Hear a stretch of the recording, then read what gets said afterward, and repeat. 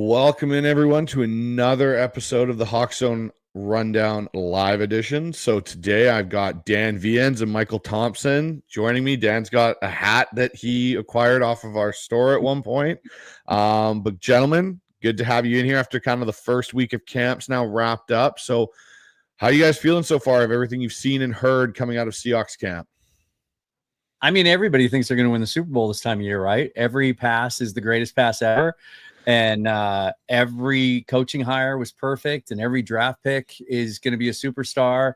And if you just scroll through Twitter for about a half an hour, everyone's going to go undefeated. Yeah, Mike, what about you? How do you feel things are going so far? Yeah, it's for like the NFL, I feel like the baseball terms of training camp is opening day, right? Like hope springs eternal once training camp starts. Yeah. Because, like summer's starting to make its turn. You can it's still summer, but fall's around the corner. Everyone looks like an 11-6 to 13-4. This could be the year if things go right.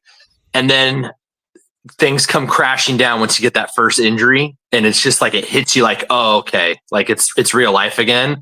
And all those like hopes and dreams, even whether it's a role player or a superstar, it just feels like a gut wrench. And I think for Seahawk fans, we felt that in the last, 24, 48 hours. You just had to just bring that right up off the top. our poor boy, Kenny. I'm trying to go for the positive. Yeah, I know. Like, wow. And what's funny is just, Friday I was out there and maybe I jinxed it, but I didn't say it to anyone. I was just thinking it internally, like, man, this is the healthiest training camp that I can ever remember. And your fault. Did you knock on wood after that happened, Dan? When you thought that, did you go find a? You can't hold it. You can think stuff. You just can't say it out loud, or the jinx is off. Classic podcaster jinx. Yeah. Look, when you look around the division, the Seahawks are still the healthiest team right now in the NFC West. So knock on wood that it ends here. But just a horrible blow for McIntosh. He's already been through it. Well, not this severe. His rookie year, it was just kind of a nagging knee injury that kept him out for most of that. But just, it's so hard for running. Bryce and I were talking a little bit before we went live about it. It's just so hard to make it in this league as a running back anyway, to find the right spot, to get an opportunity. You're so dispensable, at that position. And then he finally got an opportunity late last year. He was looking good in camp. They all were. I mean, that running back room is stacked, fortunately for the team. But just to get that news yesterday, the way it went down is just my first thought is always the player. But also I think he was going to have a potentially a role on this team. So there is an impact there. Yeah. So obviously we're discussing right now Kenny McIntosh's ACL tear that I think has been confirmed that it is a tear of his ACL. And for a guy that basically lost his entire rookie season, if we think about it, he had a really good start to his rookie camp. Mock game happened. Sprains, I believe his knee was the issue. Weird. He basically only made it back for the last 3 games of the year, only contributed really on specials. And then last year didn't really see the field for whatever reason, even being healthy. Then finally gets a chance with some of the injuries to that room. And I know, Dan, you and me talked about it. I'm pretty sure me and Mike did at 2 points too, being like, wow, like Kenny McIntosh can be a viable running back in this offense. Like he gives us a little something different than what we get with K9 and what we get with Charbonnet. I agree. I was in the same camp that I figured they were going to keep all 4 running backs plus a fullback and have 5 guys truly in that backfield. And it was going to affect the receiver position, how many receivers they were going to carry through. Now I really think they're going to carry 3 running backs and a fullback and only have 4. I don't think George Halani will be that 4th back because I just don't see the same potentially level of upside that McIntosh offered. And he was getting opportunities in the kick return game, which I think was exciting too. This is a really tough blow for 1, the player, like you said, Dan, and 2, I think in some respects it really damages the Seahawks' depth in that room because we know that this room has basically had its own jinx on it since Marshawn's left when it comes to the injury bug. Yeah, Rashad Penny, Chris Carson, the Seahawks might lead the league right now in running backs that have come through here over the last 10 years that showed massive upside and just could never, ever beat the CJ Procise.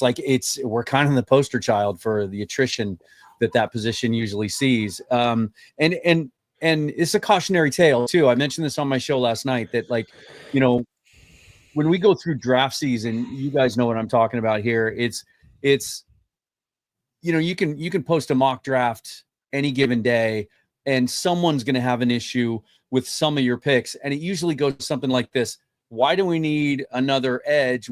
Our edge room is loaded. Why are you taking a tight end there? We have enough tight ends, but you know what I mean.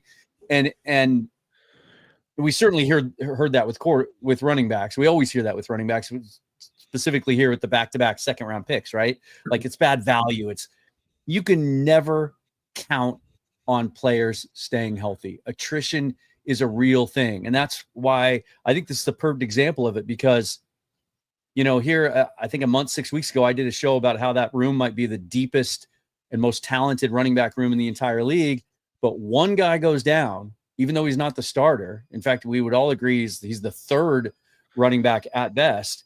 And it changes the complexion of that whole room, because now suddenly, if anything happens to Ken Walker or Zach Charbonnet, now you're down to, if you assume, and you kind of implied it there, that like Damian Martinez, for example, is your next man up. Well, Damian Martinez has some significant shortcomings in the passing game. He just hasn't done it. And when he hasn't looked very good doing it. He dropped 2 passes on Thursday on easy balls right in front of me. And he's struggled in pass protection as well. So, it gets thin really quick. And because of that, maybe a guy like Helani might actually have a leg up, because he's a little bit more accomplished. They threw the ball to him quite a bit at Boise State. I think he had like 70 or 80 catches there. It might give him an edge in that competition. But just to my point, it only takes one guy to go down to kind of muck up the whole depth chart and change the whole dynamic. We're seeing it at edge, and now we're seeing it at running back. It'll be very interesting to see how Seattle adjusts to this and where they go and what these numbers on this 53-man roster look like, because I think Wright's the only other back I know of that's in camp, or has been at least there through OTAs and Jacardia Wright, sorry. So, you could be very well right down with Helani there, and the fact he's already got experience at the NFL level. If Martinez can't pick up the pass pro side and be more of a viable option out of the backfield, it could make a challenge for him to make this team. With that being said, though, other than that, Dan, let's kind of steer into you. You were at camp for a bunch of days there early on with your credentialed access and whatnot. And first off, what was that experience like for you? I know that's kind of getting back to the roots for you a little bit, because you've been to a Seahawks training camp years and years ago. What was it like finally being back in that atmosphere, and what were some of the observations you took away that really stood out to you? Don't love the emphasis you put on how many years ago it was. I never specified a digit. So I just said years ago. Leave that to me. Leather helmets, no face masks. We'll just leave it at that. Kirkland Bible College was the last time I ever officially covered a Seahawks training camp. So it's cool.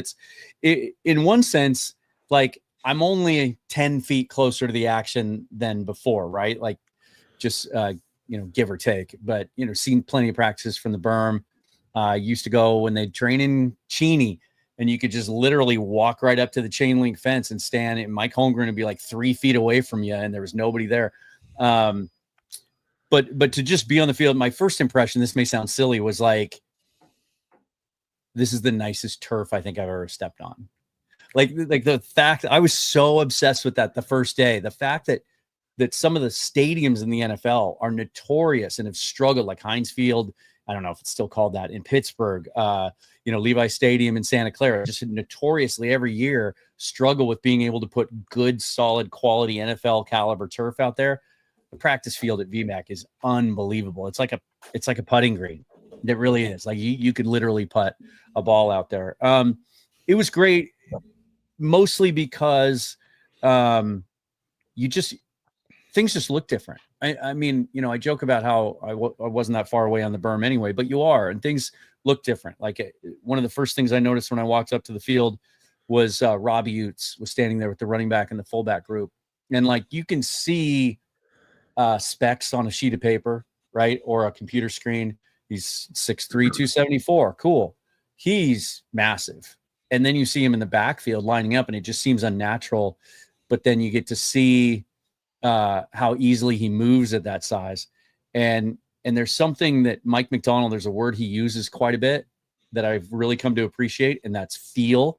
He'll talk in terms of like you can feel his presence on the field. I think that was the biggest takeaway I had from this week is there's a different level to which you can really take in what's happening at practice because you're close enough to feel it, if that makes sense. So being as close as you were, Dan, what was it like with the O-line group? You know, that's obviously everyone's main kind of focus, and it will be until it gets right. Was there anything in particular, like when you're near that group with John Benton and this new coaching staff that's there, was it different? Did it seem like the way that John Benton goes about it, you see that NFL experience come into the actual coaching? For sure. Yeah. Two things stood out. Number one, just the athleticism of the group. Like I've never seen a group before that, you know, from top to bottom, just all moves as well as they do. So that was cool to see because, you know, we've been talking so much about the scheme these last few months and finding the right parts to fit the scheme. The guys they have on hand certainly seem like there's a good group to choose from. But the other thing, I'm glad you touched on it the way you did, was it might have been my most fun takeaway of the week is watching and listening to the training. And, you know, can't pass along anything that I heard him say, but just, I can say this, a lot of work on the fundamentals and the basics. And at one point, John Benton was with one group and Justin Outen was with the other group. And at first I thought, well, maybe it's split into tackles and interior linemen, but there was some crossover, and some of that's because they're cross-training a lot of these guys. But then it kind of struck me that the group that was over to the left were the more experienced guys, and the group to the right were more of the young guys, because the things that he was teaching, just about where to put your hand, right, and just little things about positioning and footwork. At one point, he talked about like, hey, if this 3 technique goes that way, and you know right off the snap that he's twisting in that way, do you go with him? Do you try to take him far that way? Do you even put your hands on him? No. It's like they were in outside zone running scheme 101, day one of class, and just really going over the little minutia that I think just speaks to his experience in the scheme and the success he's had in his career, John Benton, at teaching these guys, just making sure that they're really paying attention to the details. So the next one I wanted to ask you about, Dan, and Mike, feel free to chime in at any point here, but how is the reincarnated 2012 battle of Matt Flynn, Russell Wilson 2.0? If you listen to all of Seahawks fans out there, Jalen Milroe and Sam Darnold are now Matt Flynn and Russell Wilson all over again. Dan, how did that look to you? I don't know if you could hint the sarcasm there. Yeah, no, I get it. And the difference was, and this came up again on Twitter, like right before I logged in here too, somebody was making this point. I think we miss some of the reality of what happened in 2012. And that is the first day of rookie minicamp, Pete Carroll said, hey, this guy's really good, and he's in the competition to be a starter. It was a much different dynamic back then. Matt Flynn was no sure thing. Tavares Jackson was just there as a clipboard holder. Much different situation. But that being said, and I think I reported this every day, with the exception maybe of Friday, a little bit tougher day for Sam Darnold. Really, really good week for all 3 of them. And then it sounds like yesterday, they were all really good again, according to all the beat writers that were there on hand, and even our good friend Curtis Allen, who was watching from the berm for the Seahawks draft blog, wrote a piece about it. Good week for the quarterbacks, and the cool thing is you can see the plan in place, and you can see the depth chart right in front of your eyes. Like, Sam's clearly the best of the 3. Drew looks like a guy that can start games and win games for you, and he looks like a little better version of Drew Lock than the one that left here and went to New York for a year. And Jalen Milroe looks very much like the guy who's just dripping with upside and, you know, makes some young mistakes and has stuff to learn, but you can see it, right? I thought as a group, it struck me, I think at a certain point on Thursday, because that was a really good day for all 3 of them, that I don't know if you can make an argument that there's a more talented 3 in the league from top to bottom. And that while the plan is in place, I believe in the plan. They're not going to, veer from it. This idea among some fans that like, hey, I'm hearing good things about Milroe. Maybe he can just be the backup and we can trade Drew Lock or that's not going to happen. They're going to stick to this plan. Can't wait for preseason to see these guys play, but I think they're going about it the right way. And while, you always want to temper enthusiasm, what we're seeing out of Jalen Milroe this first week of training camp it's so encouraging that it should quiet the doubters. Doesn't mean he's going to light the world on fire, but the steps he's taken just since I saw him in Mobile, since the combine, since his pro day, he's doing the right things and he's moving in the right direction. I feel like this is just, just from what I'm hearing, it just echoes this sentiment that the offense, it's early. Obviously, they haven't even put on pads, and we'll find out, we're going to find out next week and in the coming weeks as we get going. But like, there's just a very strong sense of like comfortability with the offense at training camp is what I've heard from a few people. It's just like what Dan talked about, and what he can't talk about is just the tone that Benton is setting and just the vibe that's going on over there. It's just a little bit different than what it was last year of a new guy with a lot of veterans trying to, assimilate Washington Husky football, Seattle Seahawk NFL style. Like there was some rough practices is what I heard last year. Right. Like, and that's no knock on Grubb. Grubb's going to be fantastic. Alabama's probably gonna have an amazing year next year, and Grubb's going to be probably a head coach in college football next year. So like, it just didn't work here. That doesn't mean he's a bad coach. But just again, like it's this scheme, man. Like, and we have veterans, we have talented, we have bloodlines in this coaching staff. Like, I think Dan, we talked about this last time on the show. Is like, there's a real shot, even with the 49ers and the Steelers as your first two games. Like, this offense could look pretty decent if they click, and it just goes again to the scheme. And then the players that we have, like, obviously we'll see what the offensive line looked like. And that's what it all comes down to every year for every team. But like the combination of Darnold and what he brings and what he has and may not have, which, 5 years ago, he was the golden boy. Right. And like, this has been kind of an interesting journey. Drew Lock is like, he's not your backup that you put in when you're ready to lose. He's the one that can come in and he might mess around and go beat the Philadelphia Eagles on Monday Night Football. He might also throw 4 picks. Right. And or he might cost the Giants the number 1 overall pick in the draft. Like, he's a gunslinger that's now in a scheme that's very much like QB friendly, and it's going to protect you. And then you have this fascinating toy, which again, I don't know what Twitter looked like in 2012, but I wonder how much it would be the same, if Russ was doing this. Like, we're just in a different era where, like we joked about certain personalities on social media. Every throw that Jalen Milroe is going to make is going to be like, oh, this guy's going to be a problem.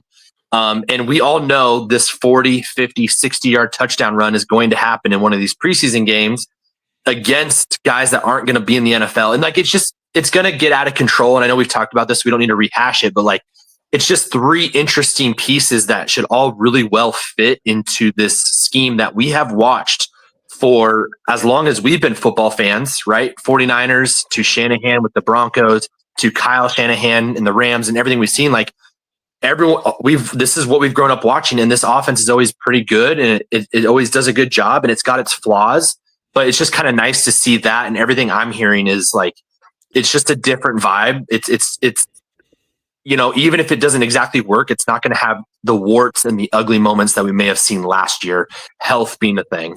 Dan, question I got for you is, and I've heard this from a few people, is what has the battles been like, if it has been much, between the secondary that I've heard has been outstanding so far versus the wide receivers, which I've heard Cooper Kupp looks like he's 28 instead of however old he is now. He looks like he's in his prime, and JSN sounds like he looks really good. And Horton, I'm hearing some interesting stuff. Would love to see what you've heard and what you can talk about with that. It's a lot of give and take. Like, it's because they're battling each other. Right. And the first day, it was really evident to me that the secondary was ahead of the offense, and that made it really, really difficult, even in 7-on-7s, because they're just, you're literally going up against one of the best secondaries in the league. And so they were making plays. They were forcing the quarterbacks to check it down a lot, which is a real emphasis of this camp, is like, kind of establishing that internal clock. We heard Sam Darnold talk about this after practice on Thursday, and that's something he's still working on at this point in his career. His detractors will tell you that's been his biggest issue, but you can make that case about a lot of quarterbacks in the league. And so, with that being said, if there's nothing open right away, how aggressive do you want to be when you're trying to split hairs with Reek Woolen and Devin Witherspoon back there and Julian Love and Kobe Bryant and everybody else? And even some of the guys that aren't going to make this roster are out there making plays. Like, it's the depth in the secondary is it's pretty striking. But the offense then, especially Thursday, Friday, started fighting back and making some plays of their own. Some of them are tough to gauge because the DBs can't really fight for the ball and be physical, but you get an idea, right? When you see a completion, you can be like, okay, that might not have been it or whatever, but they're out there battling and it's a good mix. And I think somebody asked the question of McDonald on Friday. I think it might've been Brian actually, that how do you judge that? How do you, when you're trying to make evaluations, decide was that a good play on the part of the offense or a bad play on the part of the defense or vice versa? I think what you want to see is that it's kind of 50-50. And Thursday in particular, we saw that for every play the defense made, and that was the first day that Darnold threw an interception. In fact, there wasn't an interception at all from anyone on Wednesday. He comes right back a couple of plays later and hits JSN for a 40-yard touchdown. It's the way that they're still coming back and making plays. They were giving the quarterbacks a real hard time on Friday. And then Drew Lock hit a ball down the middle to Torrey Horton for about 30, 35 yards. That might've been a touchdown, even if there was some contact allowed. So I think you don't want to see your defense dominating your offense. You don't want to see your offense dominating your defense either, right? That would bring up more questions than answers. I think it's been pretty split, and I like what I've seen from this offense, knowing the guys that they're going up against on the other side. Yeah, this is going to be really, really interesting. And the one person I wanted to kind of ask you about too, Dan, in that secondary and then in that receiving core too, is one, Jake Bobo. How has Jake looked out there? Because I know coming out of OTAs and even around this time of the year, Bobo tends to get a lot of hype. How is he fitting in with this offense? And then on the secondary side of thing, how has Nehemiah Pritchett looked? Because he's had this up and down sort of initial start to his NFL career. Were there any takeaways from either one of those guys that you saw there that kind of stood out? Yeah, you just sent me back to my notes, and I thought, I might not be able to find this. It was on the second page. Pritchett pick out D. Young Milrow. He had a great interception on Thursday, just jumping an out route by Derek Young that Jalen Milrow threw. He looks pretty sticky in coverage. I like what I've seen from him, and I put him on the roster in my latest projection. I think, everything I've heard from others who cover the team is that they think highly of him. And he's a guy that I think really has a chance to kind of turn some heads in the preseason and make a name for himself. I like what I saw there, and he might need to be ready to go because we didn't really see Shaquille Griffin this week. He was out with an illness on Wednesday. He was gone for a personal matter Friday. And even though he was out there on Thursday with his uniform on and he was all energetic and he was working the crowd and he was catching up with some people in the organization he hadn't seen in a while, he didn't do anything on the field. So I really don't know what his standing is there in the secondary. But what was the first part of that question? Bobo. Bobo. If you were out at practice on any given day in training camp, I think this would be the case. And you were just trying to decide. I do this when I go watch a team practice for the first time. I try not to look at a roster at first. I want to decide, can I tell who the starting quarterback is? Can I tell who the best players are, right? Without looking. You wouldn't think Bobo's one of them. You just wouldn't. It's just not his game. He's not out there. He's not a training camp wow guy. Because that's just not his skill set. He's not out there beating guys on the boundary with 4.3 speed or, showing off his 40-inch vertical, jumping over guys to make plays. He's a guy that you kind of forget about and take for granted. But then if you fall into the trap of like not putting him on your roster projection, then Mike McDonald rolls out after practice on Friday and uses words like identity, said he was a big part of our identity, said he was an integral part of the roster. Like in that moment, I came home and reported it that night. It's like, well, Bobo's making this team. Like he just does all those little things that coaches want to see, including blocking, which is huge in the scheme. But I also think that this coaching staff is equipped and capable of getting the most out of him, because I thought that was just a huge missed opportunity last year from Ryan Grubb, is not using him, especially as a weapon in the middle of the field. All those issues that we had on third downs and in the red zone last year. Well, you got a 6'5" guy right here that can catch anything and isn't afraid to mix it up and get physical, and can block too. I thought that was a huge missed opportunity, kind of a wasted year last year on the part of Ryan Grubb when it comes to Jake Bobo. So no, he's on this team, and I think he's going to contribute. So let's move over to a couple other guys. So for both of you guys, who are some guys you've either seen through social media and you know, Greg Bell or Corbin Smith, Brady Henderson talk about, or Dan, who were some other guys that stood out to you at camp that kind of made you go, oh, like this is someone I got to look at through preseason and through this upcoming week, and even at the Football Fest practice that most of us will be attending? Steven Sims is the first guy that comes to mind. Like to the point that I put 6 receivers on my 53 when I did it this week. He presents a different player stylistically than anything else they have in that wide receiver room, right? Like he's 5'9", 5'10", 190 pounds, more along the lines of like Penny Hart or D. Eskridge, that they've been kind of trying to find that type of player for a while. He's the most accomplished punt kick returner of that group, and so that gives him a leg up. While he's not a burner, like he's not a 4-3 guy, he is really quick and shifty. Saw him take a reverse out of the backfield on Friday in a red zone period. And so he does offer something that those other receivers don't. And they also just seem to be, he's pretty heavy in the rotation and seems to be getting practice reps along the lines of a player that might have a role. So I think it's going to be real hard for him to keep off the roster. Now, that being said, he might be a guy that, because he's a 7-8 year vet, hasn't really caught on anywhere yet. Similar to like Cody White. I mean, their history there is kind of similar. He might be a guy that you can get through to the practice squad if you need to protect someone else, but he's probably the one guy when you ask that question that has stood out the most. And the other one, I know you'll be happy to hear this, but every single day last week, pads or no pads, guys can still make plays, right? Mike Morris was in the backfield at some point each practice, Monday or Wednesday, Thursday, Friday, that I was able to see. He was getting penetration. He was getting in the backfield. It's a big year for him. He's got to have a good preseason to make the team. And at least through the first week, he was flashing.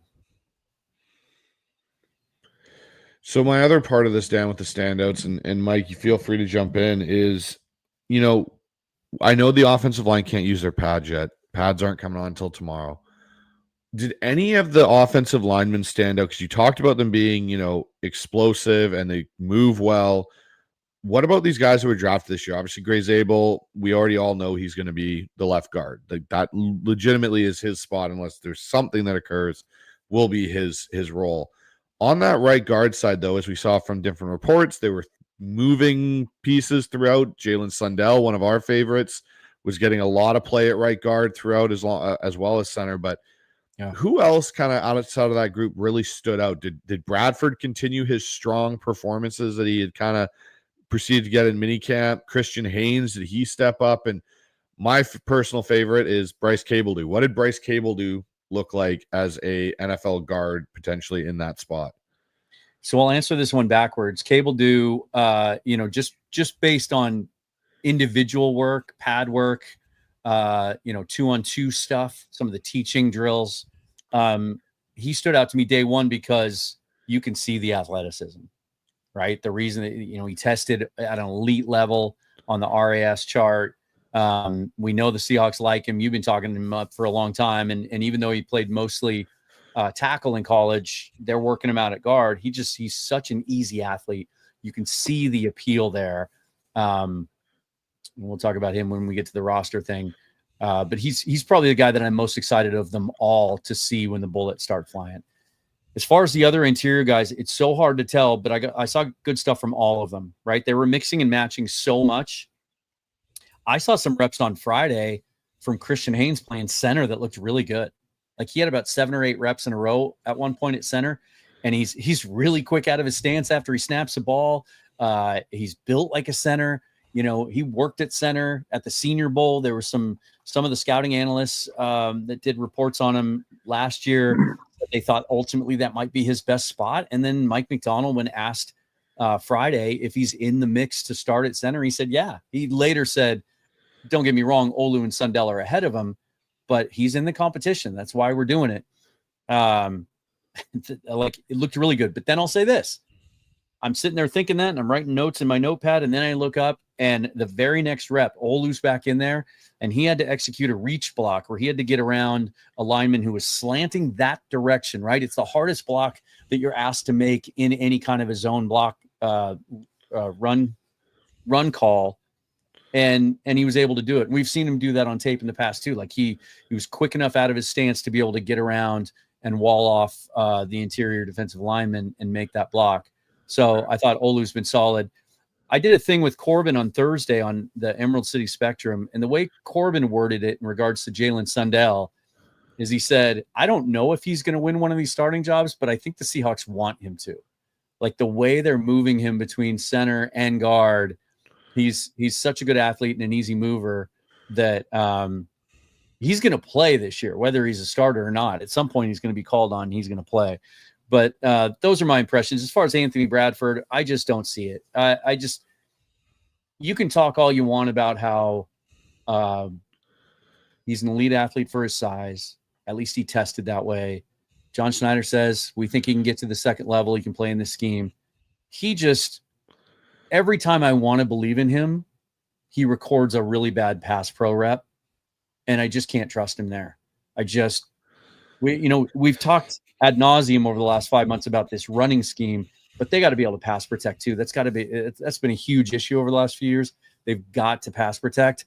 And if it comes down to that right now, if they were playing tomorrow, I believe it would be Oluwatimi and Haynes. But that's still fluid. Yeah, no, I kind of wondered about Bradford as well. And like, obviously the reports out of OTAs and minicamp was, hey, look, he slimmed down. Hey, he looks good doing this. And then the more, like when I did my show with Bobby Peters and we talked about Kubiak's offense and he explained the diagrams and explained what they look for, he even kind of hinted at, like, you need athletic linemen. You need them to be able to get to the second level. It's not all about power. It's about understanding leverage and how to set yourself up and set things up. And for me, that's just one of the things. I don't know if that's necessarily in Bradford's game, or at least consistently in his game. He might have the good rep here or there, but he can do it in 80 to 70% of the time throughout a game is going to be the other question. Like you said too, Dan, the pass pro sets are always a concerning thing with Bradford. Yeah. And I don't think you can have that. Again, a lot of their stuff moves pockets, right? The pocket's not necessarily in the same spot like it was last year. It'll slide, it'll move. How is Bradford going to handle those things? So I think it'll be interesting to see. I think there's a good chance that Bradford doesn't make this team. He will be a trade piece to a team that wants a gap power guard, and he has decentable, reps on tape that you could, make something of him. So that'll be something that will be kind of interesting. Mike, anything that you've seen on social, anything about guys that stand out maybe to your eye that you have, thought about? Yeah, I think on the defensive side, it's been encouraging to hear, and I'd be curious to hear what Dan has seen. Obviously, no pads, but does seem to be a swelling buildup of Byron Murphy, like sophomore season. What can we see from a guy that probably should have been a top 10 pick that fell to us at 16? I think some of his teammates thought he's going to have, a massive breakout year. I'm sure I can go to all 32 teams and see a similar comment, but Byron Murphy, I thought, had a very interesting rookie season. So on the defensive side, that's a guy I was looking at. And then offensively, I feel like it's hard not to hear about Horton and just how he looks post his injury. And it feels like there's already like this push to push MVS kind of out and before he's even really had a shot, and then just kind of see what Horton can do. And I don't really know if they're the exact same player, but it's just been interesting and encouraging to hear what I've seen and heard on social media and stuff of Horton potentially trying to take that receiving version of the number 3 wide receiver. I think we all agree Bobo's probably got a good shot to earn like those blocking reps just because of what that value is. But I think those are 2 really interesting players that I've heard about. All right, guys. Well, with all this talk of the players and everything, first thing I'll say, anyone that's in the channel, whether it's in YouTube or Twitter on one of me and Dan's pages here, feel free to comment in the chat. Even the Twitter comments will come through and we will get to those. We're going to do a Q&A part at the end of this, so make sure you guys get all your comments in there. I already started going through and looking at some that we're going to definitely pull up and talk about. But also, guys, don't forget to subscribe to the channel. Click that notification button. Do the same thing on Seahawks Forever for Dan. We do have a cool kind of start to this weekend coming up at the end of the week with myself, Dan, and a whole bunch of other Seahawk content creators. Mookie Alexander, who's in the chat, some field goals. Brandon Kane from the Hawks Nest, myself, and Dan are going to be doing 2 live shows down in the Soto area at, what's our sponsor there, Dan? I'll let you punch that.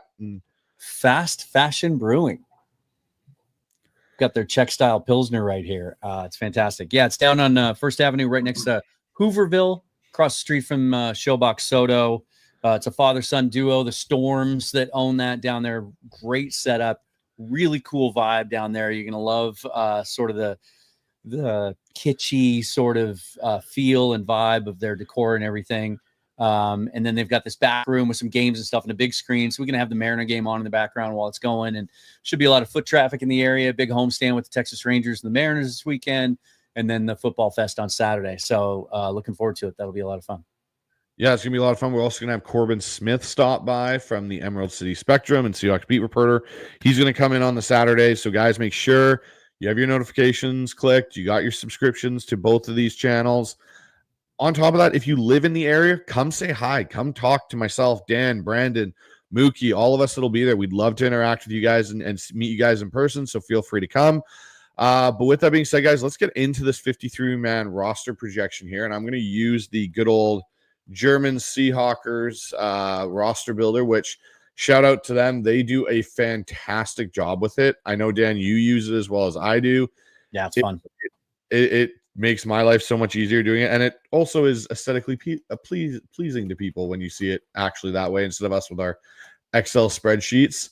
Let me find it here. Sorry, it's in my bookmarks, everybody. Just give me 1 second.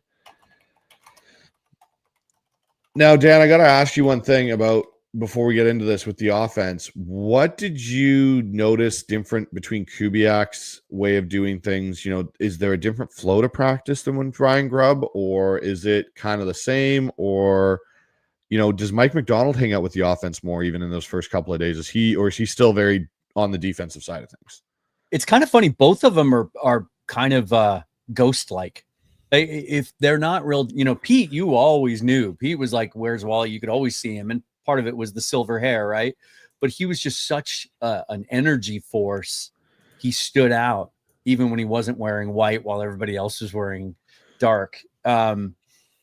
Mike and Clint are both really quiet. There's times where I had to remind myself, like, where is Clint Kubiak? Like, he's just very kind of subdued, but practice seemed really, really tight, really well organized.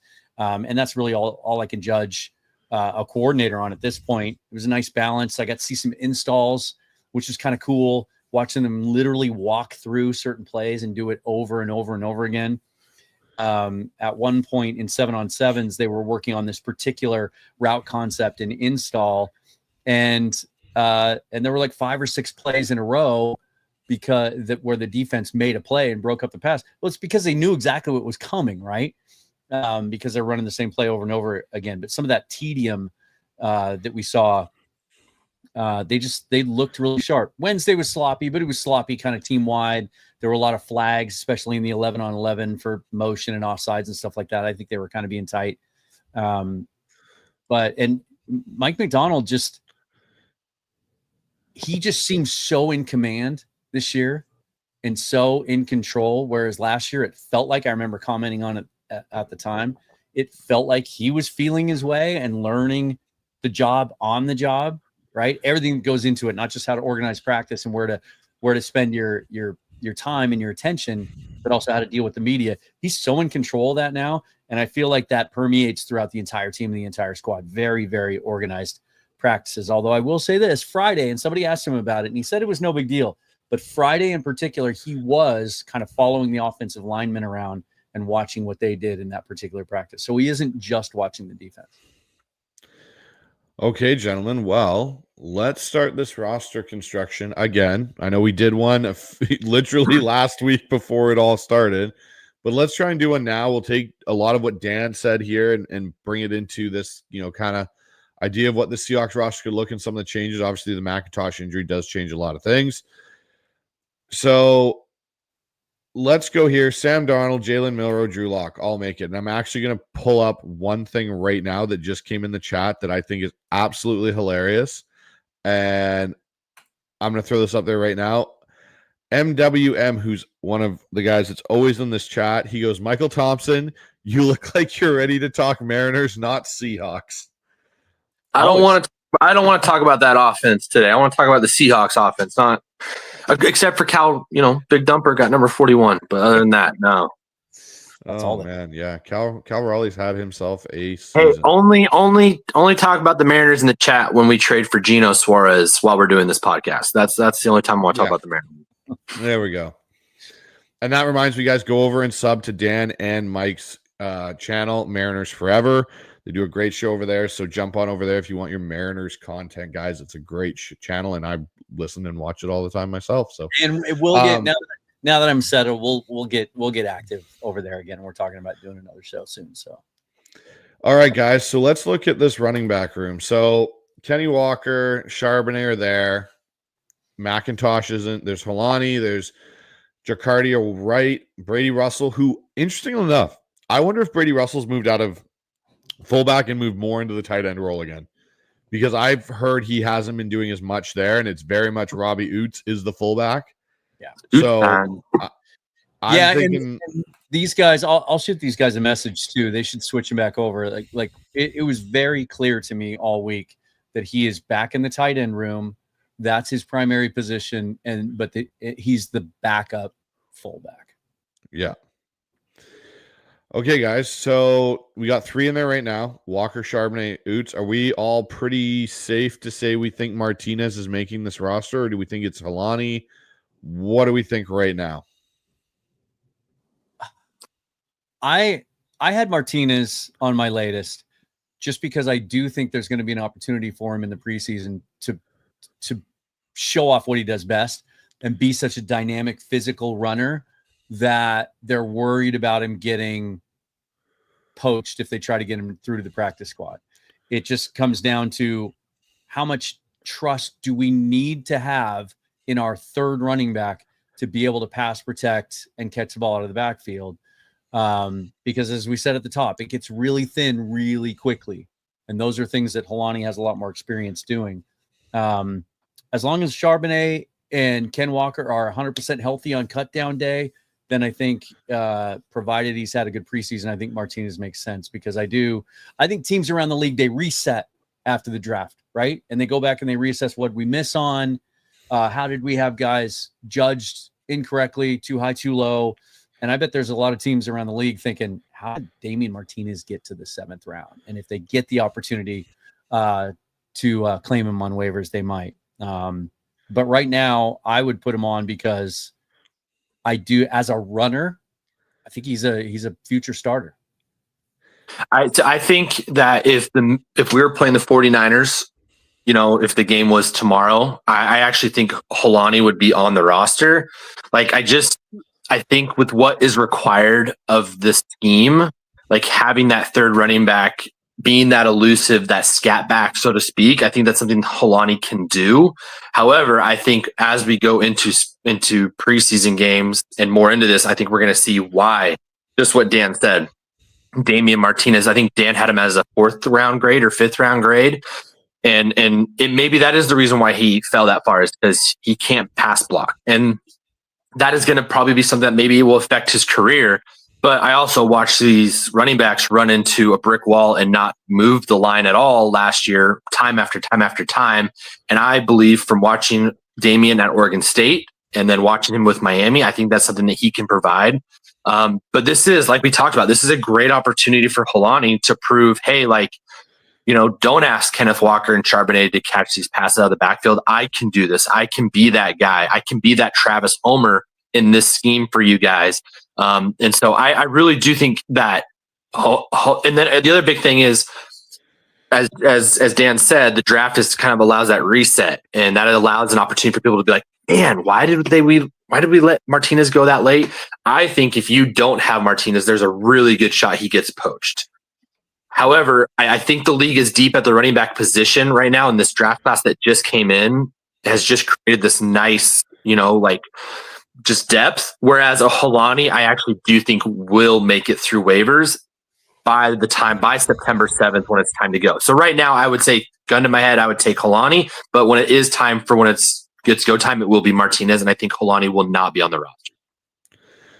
I'm going to lean to Martinez just because I think with what they want to do offensively, what I talked with Bobby Peters about, his style of running, it's an identity. It's an identity thing. Mm-hmm. And you put him behind a Robbie Oots and you run a wide zone with a fullback here and a tight end, that linebacker that wants to fill that back cutback lane has got a workhorse that's about to hit. That's him. A lot of muscle. Yeah. And that's why I think, like, you know what, you can develop. Think of it this way, and this is my kind of reference point. When Kenny McIntosh came to Seattle 3 years ago now, his biggest knock was, well, he's not great in pass pro and he's not great out of the backfield catching. He's able to stick around. I think Martinez might be a better running back than Kenny McIntosh. And I think that's where the identity part of him really does play a factor. So let's go with Martinez. And I think that's what I think the running back room will look like now because of the McIntosh injury. They're only and I think Helani or Wright will get kind of scooted through to, the practice squad. Yep. So let's go look at tight end. I think it's, we'll put the first two guys that kind of.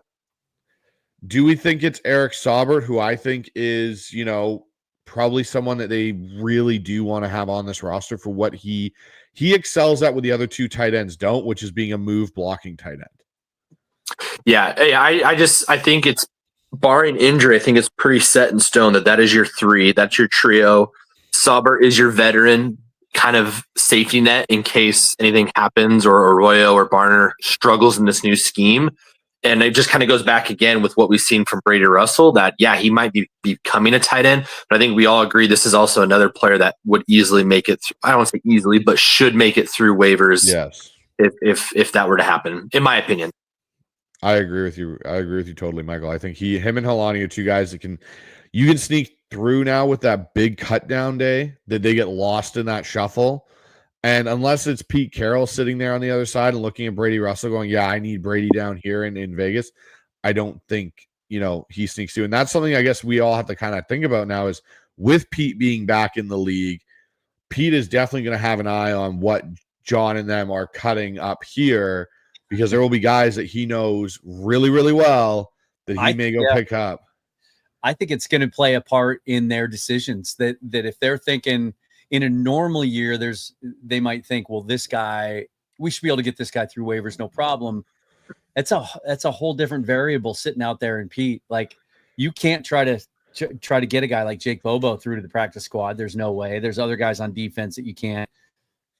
Brady could be one of those. I mean, I saw him out there on Friday trying to get the crowd all fired up. He's kind of become sort of a spiritual leader and part of the personality of this team. They love him. They love what he does on special teams. I'm not altogether sure Pete doesn't claim him if they waive him. So let's look at this. Let's go receivers, and then we'll go to the O-line. So we're at 10 total players right now on offense. Up there in the corner here, that's 10 total players, I should say, right there in that area.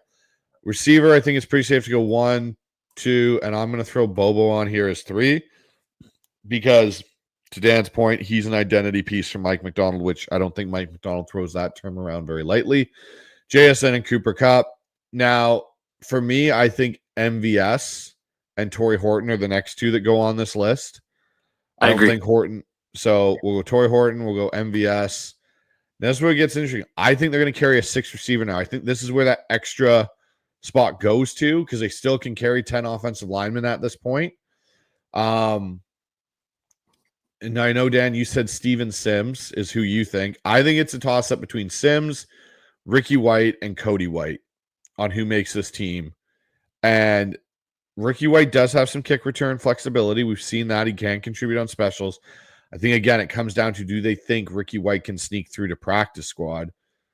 He produced some pretty good seasons the last few years at UNLV that I think might make it hard to, where a guy like I think a Steven Sims who kind of bounces around the NFL might be a little bit easier to sneak through there.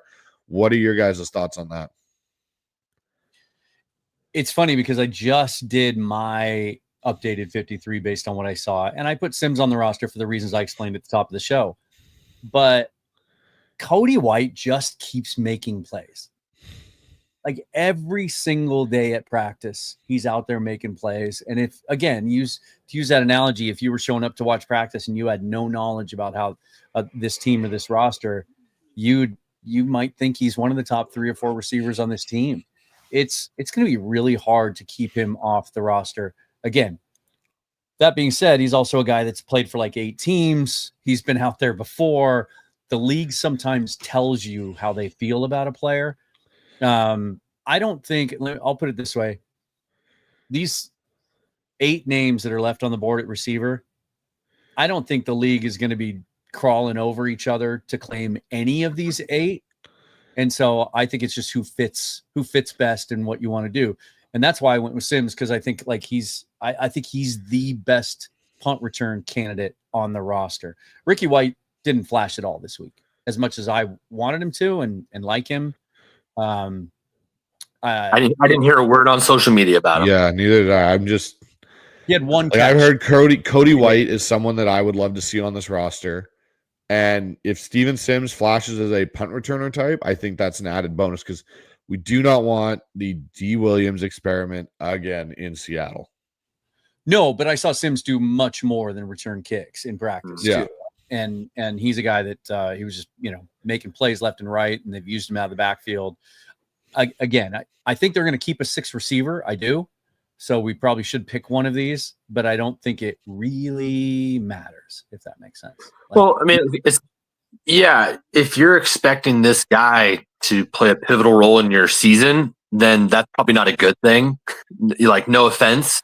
And so it definitely becomes that kind of a game of, all right, what are the chances this person gets claimed? All right, is it 10% if it's Sims? Is it 20% if it's White?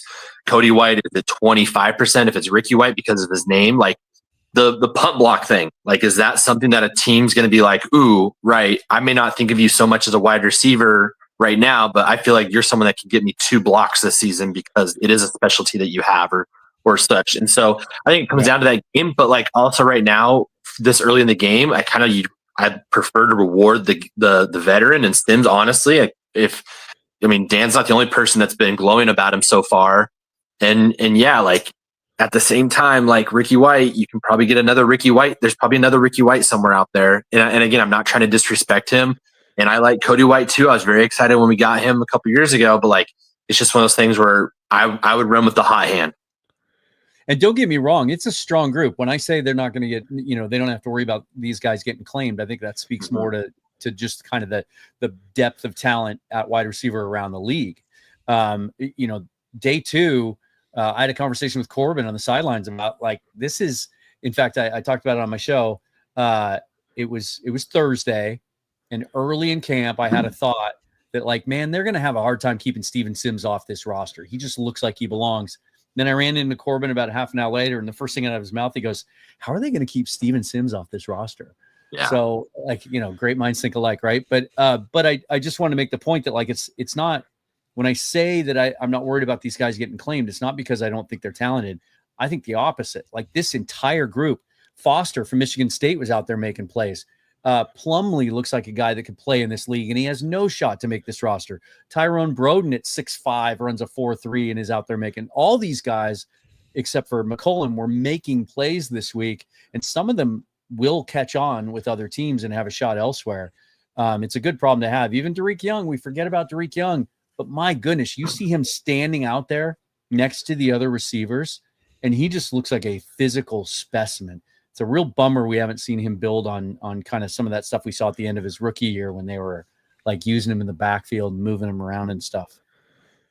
All right. Well, given all that, I think we go with Sims here because of what we talked about with the versatility. And that's something we know Mike McDonald loves about players is their versatility. If you can get a guy that can punt return, kick return, and come in as your sixth receiver, if you ever get to a point you're playing, in a game where you get to the need to have a 3-pack on each side with 6 total receivers on the field, you never know, right? So let's go with that. Now let's move over to the offensive line. I think I'll click the guys that we all kind of know are going to be on this team, and then we'll see where we go. So Olu, Gray Zabel, Charles Cross, Jalen Sundell, Christian Haynes, Abe Lucas. Now, this is where it gets interesting. So I've clicked 6 of them, and that's the 6 I think that are pretty much locks to be on this team. Do we believe Sataoa Lamea is a potential guy that's going to be on this team? I know he's practicing at left guard this year, not right guard. He's over there behind Gray Zabel. Is Lamea someone, Dan, that you think's going to be a guy that makes this team? I think he's a lock. Okay. I do. The fact that he can play left and right, they're very high on him. I know you've even told me before that some of your connections have told you the same thing. It's I just think he's a guy with that versatility and the athletic ability. He can get out and move. We saw that in the Arizona game last year, in particular, that he fits this scheme. And I've said it before too. I think in an emergency, if you're short on bodies on game day and you get down to your third right tackle, he could get you out of a game. Played right tackle, played it well for a couple of years in the Pac-12 at Utah. I think he's on this roster. What about right. Jones? What about who? Jones. Kind of a similar story, right? Just at the tackle situation. Yeah. I think they signed him to be on this roster, right? They wanted a guy. First of all, they wanted Stone Forsythe to develop into this guy, a guy that could play left or right tackle, and they could trust him on either side if they needed him. They signed Fant to be that guy. Michael Jarrell's playing left tackle this camp, and I had only seen him previous to this year at right tackle. That's all he played at Finley, and he was dominating guys. Like if you watch his college tape, you think he's this 335-pound mauling right tackle. He's just burying guys into the turf. Obviously, at the Division II level, he's playing a lot of left tackle and looking good there. And I know they think highly of him.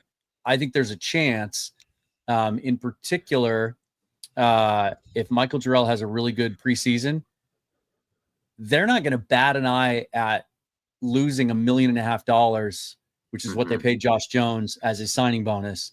He's not guaranteed to make this roster, is what I'm saying. So I think Jarrell's on the roster no matter what, and Jones is a guy that has to have a really good preseason to cement a spot. What about Richmond and Cable Dew? I put Cable Dew on the roster because I think I will go with that because I'm a Cable Dew lover. I think they really like him, and I think maybe as much as any of these guys, including Sundell, he might be like the poster child for the athletic profile that you look for in a guard in this system. And I just think he's a guy that they were high on all throughout the process. They were fortunate to get him in the draft, and they're really high on him. I think similar, we look back to last year when they kept 11 offensive linemen.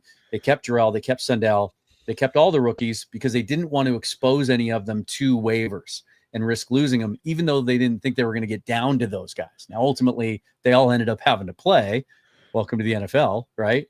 But that wasn't the plan. They just wanted to protect him. I think he's that guy this year. And then it comes down to, a question of whether you're going to keep Bradford or Richmond for the 10th guy, probably. Or are we already at 10? I think we're at 8 right now. We're at 9. We're at 8. Jarrell would be 9. I think it comes down then I misspoke. It comes down to Richmond or Jones. However, I would lean Jones here because I only saw Richmond playing guard this week. They said they were going to try him. Originally, when they drafted him, he was listed as a guard, but then they said they were going to give him a shot at tackle first. I only saw him play guard this week. If that's the case, I think you can get him to the practice squad, and they would probably go with the veteran Jones. Okay, so we're going to go Jones here over Richmond. Consensus? Yes, no? Yeah, I'd go Jones. I think Bradford gets us a conditional day 3 pick or something from a gap power team. Because look, if I'm a team that has a physical running game and wants to go straight ahead north south and run gap power, I'm interested in Anthony Bradford. Yep. No, I am as well. All right. So there's our offensive kind of setup right now. Let's go over to the defensive side if the thing will cooperate with me. All right. Defense. Here we go. So linebacker. The problem here, just to specify with everybody, a little bit of a hiccup. It also counts edges in the linebacker instead of their own category. So our number will be a little bit different than what most people expect. But Ernest Jones, Tyrese Knight, Boye Mafe, Derek Hall, Chenna will be there, even though he's injured right now. And I believe Drake Thomas will be there as well because he's going to be your third inside backer. Yep. And from all reports I've heard is he's doing quite well in camp this year, better than obviously last year when he didn't actually get to participate really. So who out of this group stands out to you guys? How's Tyreek Jackson looked at? No idea. Like, that's a pretty telling statement right there. No, it's not though, because like if you're running with the threes in non-contact training camp, unless you pick off a ball in 7-on-7 or something like that, like how are you going to make an impression? Like he looks the part. He looks, I like how he's built as an inside linebacker. But he's also a guy that we know how the league feels about him. He was still available 2 weeks before camp for them to sign, or whatever it was, a month before camp. He was signed in June, wasn't he? It's not like teams are banging down the door. So he's a definite practice squad guy. The question for me is, do you even need to keep a fourth inside linebacker? If you do, it's O'Connell, in my opinion. I left one off my 53 because I think there's going to be so few instances where they run with, they're going to play a lot of nickel. They're going to play quite a bit of dime, right? You're going to pull a linebacker off the field in some of those instances.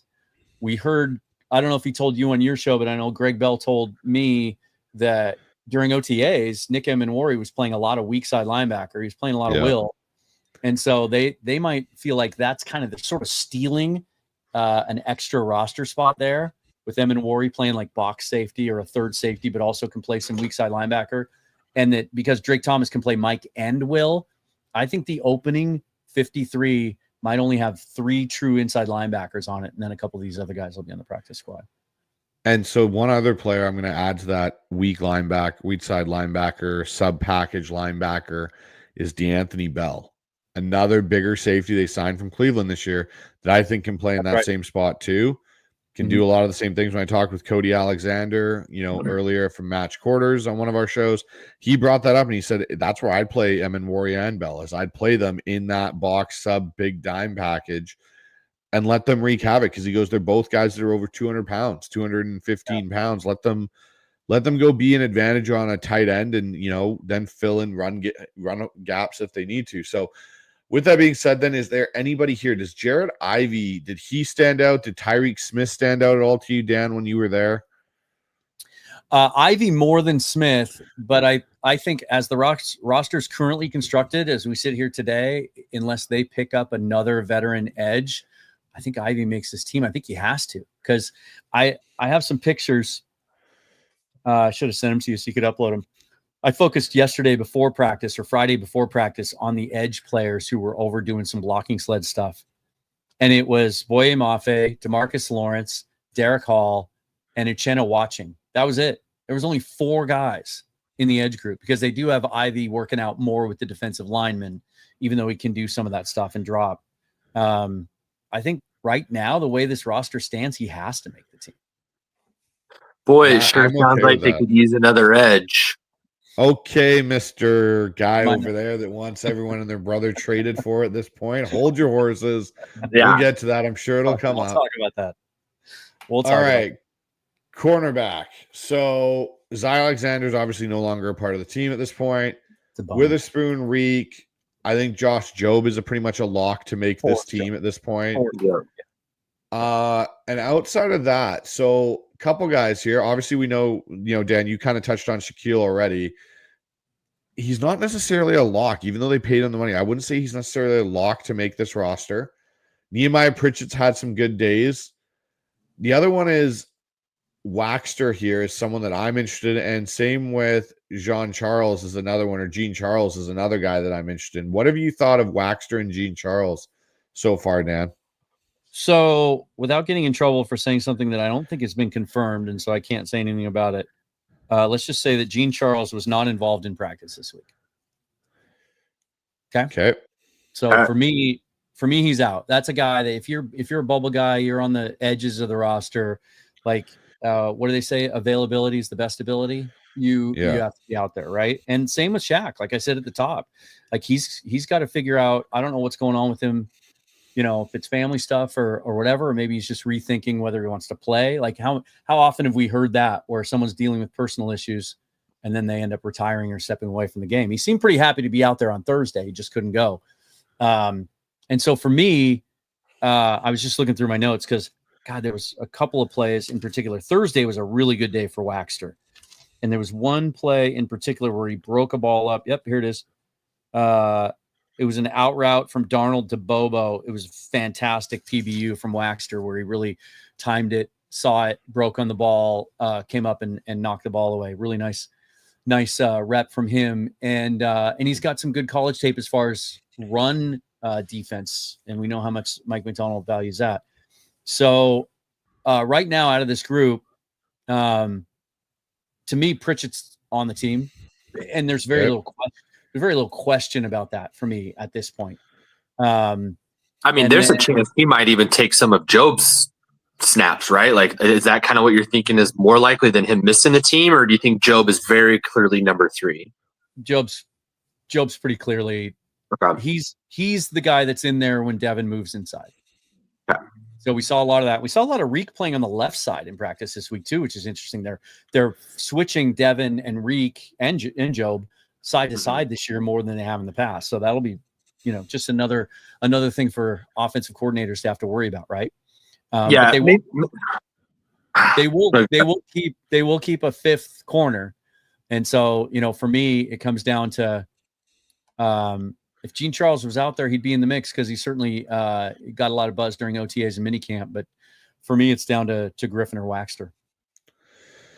I think in this case, if it's down to Griffin or Waxter, and like you said, if the young guy can come in and be someone that you can, use in a versatile way, like, we talked about, Waxter could be a guy that you could see a Kobe Bryant role with, where he could move back depending on what next year is. And if you bring in, a draft pick, maybe he's a guy that you move around and start doing things. I personally like Waxter. When they signed him, I thought he would be an interesting piece as a guy that you could develop. Him being your fifth corner, I think you could do a lot worse. And again, you're looking at the, upside of a player that's not yet at near the point of getting close to the end of their career, where I think Shaquille's at that cusp. I think they might lean with the younger player here and go with that guy over the older guy.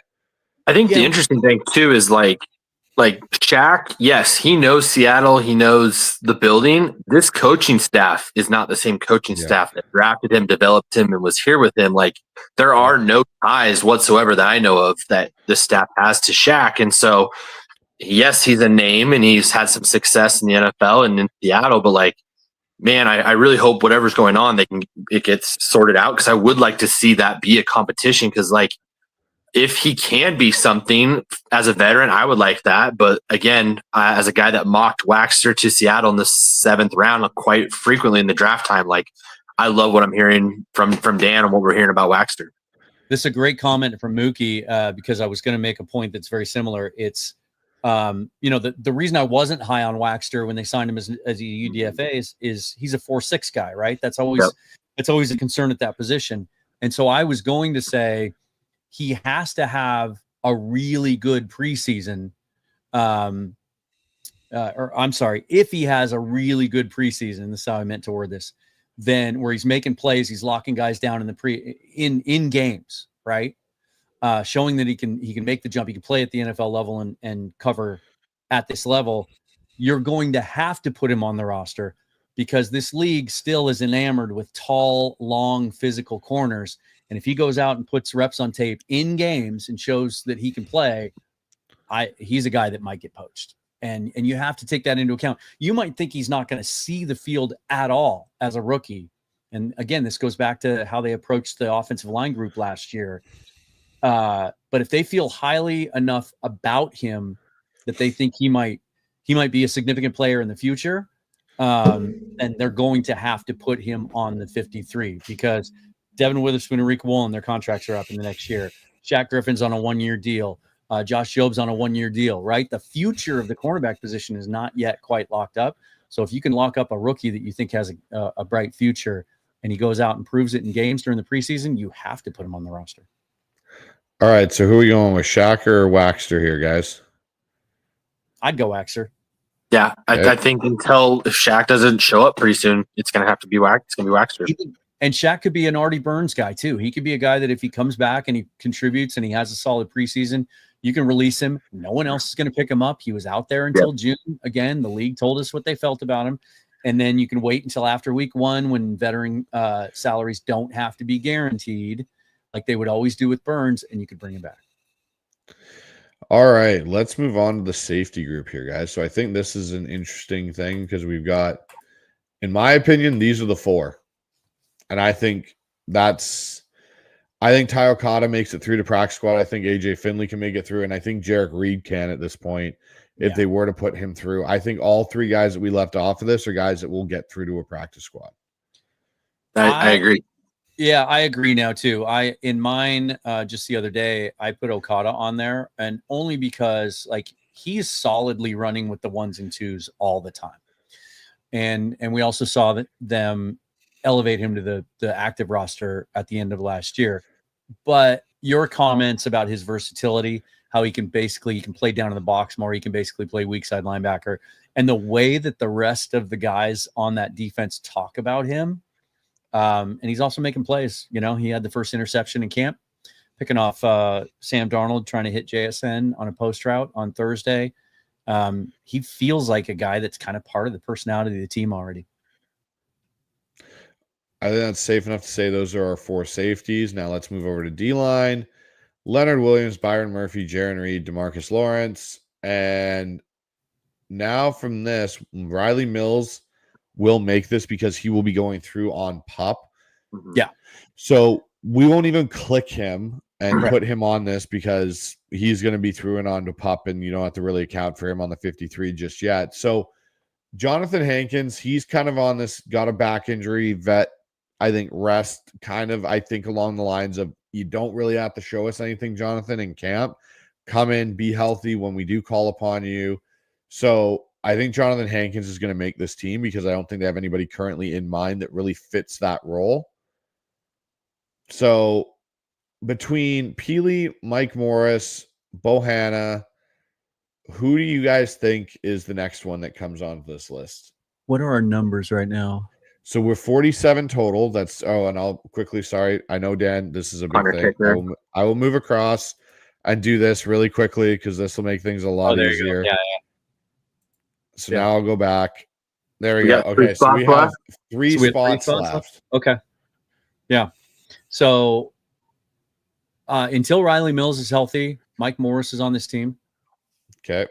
And for anyone who doubts it because he didn't do anything last year, we really didn't see him take a step. And granted, no pads, I get it, but you know, you still have an opportunity to make plays, and players get fired up about each other when they do. Mike Morris was in the backfield every day this week.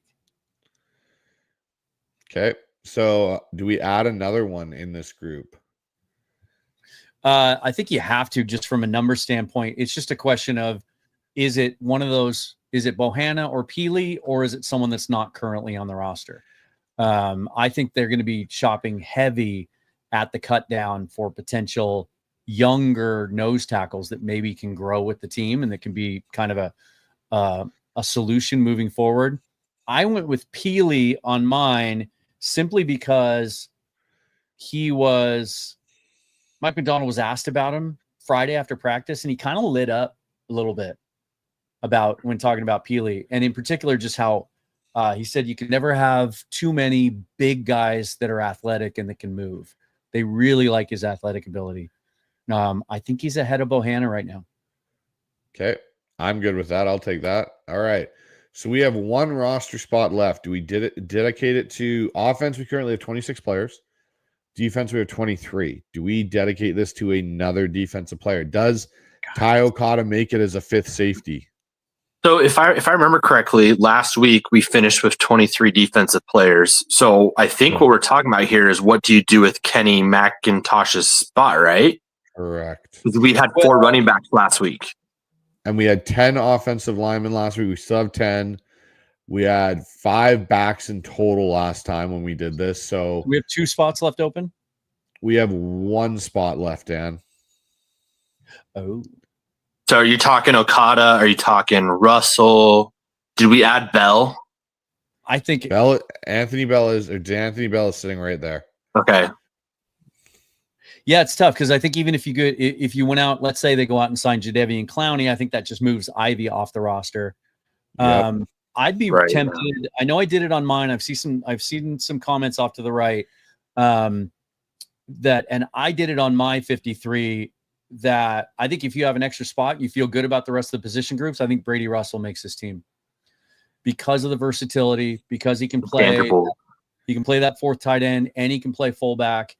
And he is he'd probably, if he makes his team, he probably gets voted special teams captain. So here's my caveat, because I think special teams is key here, and this is kind of the role. Is it Brady Russell or is it Ty Okada? Because Okada's the other guy, and that's where I wonder with Mike McDonald seems to love Okada.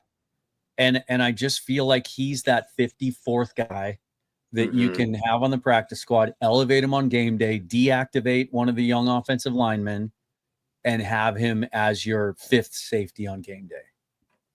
I think it's more likely that Pete Carroll's going to claim Brady Russell than Okada, if that makes sense. I think that's a good point. That's why I think, and like you said, it's tough if you feel like he's going to be a captain. Like there is something to that, whether you're big into that or not. There is something there, and it's just hard for me. I just would be surprised to see us lose Okada. Whereas with Brady, I can already see him in the silver and black. Okay, so we'll take Brady Russell. Oh yeah. Would look and good. that'll be that, because we got our 3 special teamers on here. That's our 53-man roster right there for everyone to look at. Just like last week, I just feel like this is a really solid roster. Agreed. Does it show you the names that are left, all the names that we didn't pick? I don't believe so, no. I was just asking because that could be like the Raiders waiver claims list. Oh gosh, yes, it will be. Yeah, I think it's a good group. I do think they're going to have to add. I think they're going to have to add a defensive player because I don't think Chen is going to be ready to go, and I don't think they're going to feel comfortable going into this schedule with Jared Ivey as your 4th edge or Tyreek Smith or. I still think there's a veteran move coming either at nose tackle or edge or both. Well, if we, right now, guys, if I asked Michael Thompson what they should be doing with edge, we all know that he would be currently on the phone with the Cincinnati Bengals and would be doing anything possible to get Trey Hendrickson out of Cincinnati to an extent. I don't know if I'd say anything possible. I think I've been pretty adamant that I would do a 2nd round pick if there's an extension agreed upon. And I think that's where I'm at. I'm offering a 3rd and a 5th. And that 5th is conditional, whatever you want to call that, or it's a conditional 6. I don't think the Cincinnati Bengals as a franchise is going to accept a 3rd round pick. I think they want a 2nd, and that's what it would take. And to be honest, if I felt Seattle was 1 win better, maybe even 2 wins better than I feel that they are right now, I probably swing that deal because I think that's the difference in potentially hosting 2 home playoff games than 1. So that's where I'm at. But I think Dan mentioned it earlier and he's talked about it a lot. Do you want Trey Hendrickson and all that he provides long-term and the risk that comes with that and losing that pick? Or can you get Davian Clowney out here and I don't want to say kick the can down the road. I think every day when John Schneider wakes up, he should be looking for that next blue chip pass rusher. It's just like an offensive lineman, a quarterback, an edge rusher.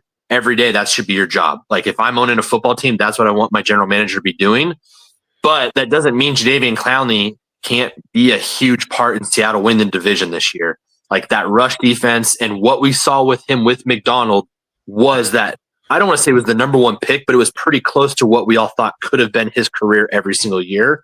And Mike got that out of him. And if you can tell me I can get him for what are we talking here? $9 million, guys? 8?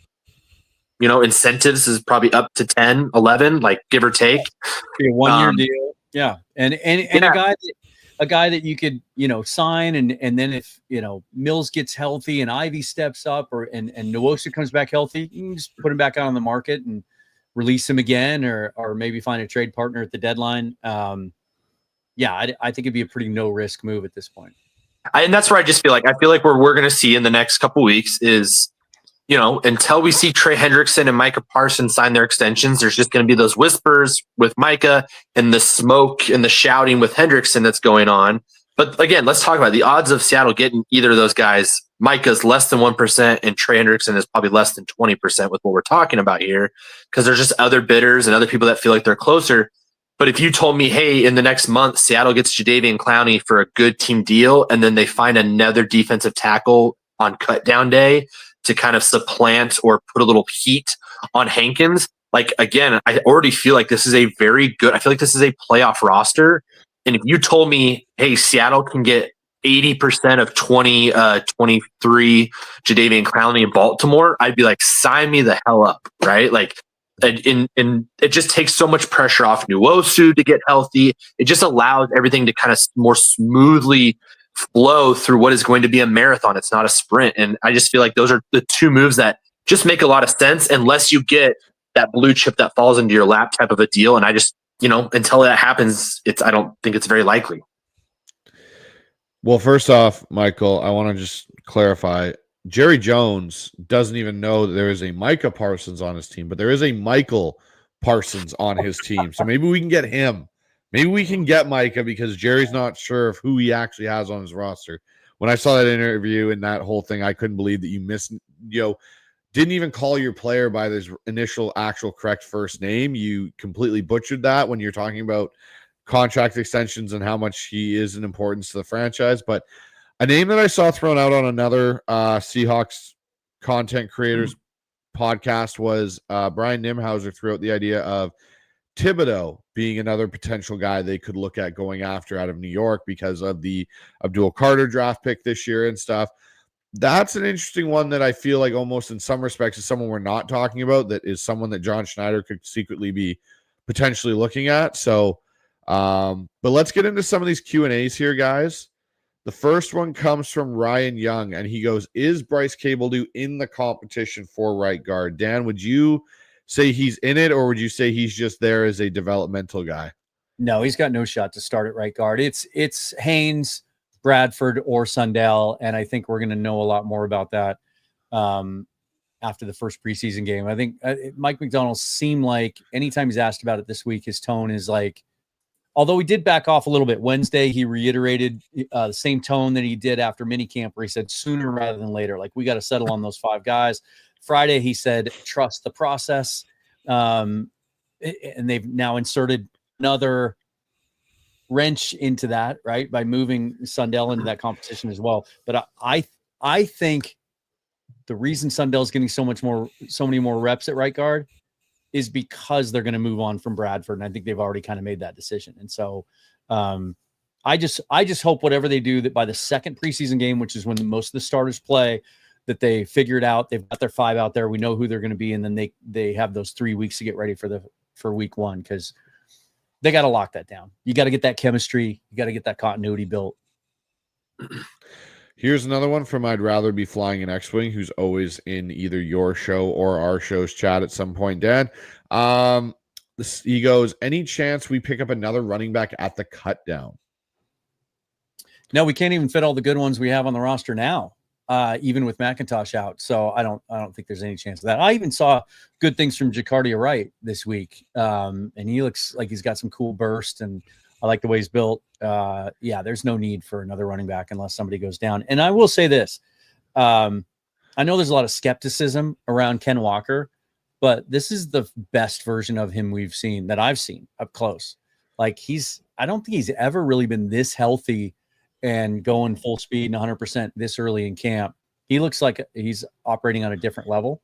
And it's funny because perception is a tricky thing, right? It can really play games with your mind. Damian Martinez is such a physical runner, right? We've talked about it a lot, like 60%, over 60% of his yards last year at Miami after contact. He is a brutal, he's been called kind of a mini beast mode or beast mode 2.0. When he stands next to Kenneth Walker, guess who's more jacked? Who's thicker? Who has bigger arms, bigger quads, bigger butt? It's Ken Walker's more jacked and looks more like a power back than Damian Martinez does. That's one of the advantages you get from standing on the sidelines sometimes, being down on the field. It's like, that blew me away. Like, just when you look at their arms, if you were to guess, like, who was the more physical runner, you would guess Ken Walker. Sweet. All right. Here's an interesting one from Jen Maz. She goes, the graphic backdrop looks like Dan is doing a Hulk pose. Oh, it's Leonard Williams behind you, Dan. Oh, your arms. Yeah. The arms of Leonard Williams is making you look like the Hulk. That's perfect. Yeah. There you go. There you go, Dan. Perfect. Now you fit right in. Yes, the Leonard Williams arms have been morphed onto Dan Viens. And our tattoos aren't exactly the same. But it's pretty close. That's awesome. That's actually, I didn't notice that till now. Thank you for that, Jen. That's awesome. Here's one from Polly704. He goes, talking about Bradford, he goes, does Bradford look different in person this year as far as movement, speed, and getting off the ball? Yeah, he looks different because he's going to be wearing either an Eagles or Saints jersey this year. That's why he's going to look different. Not really. Yeah, no, I just, again, I'm off the Bradford train, and if I'm wrong, I'll admit it later, but I just don't think he's a fit. I'm in the same boat. If they change their mind and keep him, I'll gladly trying to find out what they're looking at. But I think it is, like you said, Dan, the Sundell moving over there. Even I think, again, if they do move off Bradford, it is because I think also outside of Sundell, they really like Cable do in that potential thing. And you still have Lamea, who will be your backup left guard that can always swing back over if you need to. Bradford really is trying to beat three guys out for a spot that all have versatility at multiple spots on the line in theory. Because I even think, yes, Cable do can't maybe be a full-time 4-game starter at tackle, but if you needed him in a pinch to play a game, he's got enough experience to be able, I think, to survive a game more, say, than a Stone Forsythe did at the NFL level. But here we go with another one. This one is from Rose. Hey, guys, quick question. When watching camp, what is looking better, our defense or offense when they are playing against each other? Well, I think I can say this pretty confidently. And Dan, tell me if I'm wrong. I think the defense is probably looking a lot better just because there's 12 starters coming back, 13 starters coming back from last year's unit. And this offense is still trying to figure their way out and get used to what Kubiak wants to do. No, you're right. They're way ahead. I mean, you're literally going against not just one of the best defenses in the league. We saw that the last 10 games last year, but one of the most experienced. Like, everybody's back except for Draymond Jones. Like 15 players that started games last year are back on this roster. Plus they add DeMarcus Lawrence and Nick Emmanwori to it. They're way out ahead. But I will say this, it's the best possible thing that we could all wish for in trying to sharpen this new offense, because they're not taking it easy on him. Like, Mike McDonald is out there and he's doing his sim pressures and he's showing disguises and he's switching things up and he's throwing the whole playbook at him, which he's able to do this year because these guys have all been in the system for so long. And that's only going to make this offense better. It's only going to accelerate the learning curve. But that being said, as I touched on earlier, the offense is still figuring out a way to make plays against this defense. And even if the defense comes out and they pick off a ball, like, every time I saw a bad play or a PBU or an interception by the defense, the offense would respond and come back and make a play of their own. So, sometimes you can make too much out of practice battles just because you're so limited in what you can do nowadays. But when you get to go up against, one of the best defenses in the league every single day in practice, it's only going to help you. So I've seen enough out of the offense to really impress me because of who they're going up against. Can I just say, like, an interesting thing that we'll see this year that I hope is a big benefit is also Mike in this defense having to practice against this scheme that has kicked our ass in the division and has, other than the Philadelphia Eagles Super Bowl years, has kind of ruled the NFC for a bit. And so it's just very interesting. I hope that is something that I think we're all expecting this defense to make a jump into the top, not even 10, but maybe even top 8, top 7 of a defense. Like, I think that's kind of the expectations this year. And I'm just fascinated to see what Clint brings on the practice that we'll never understand or know other than those that are there until it shows up on game day. It could be a huge, like, under the radar benefit for Mike McDonald in this defense. Yeah.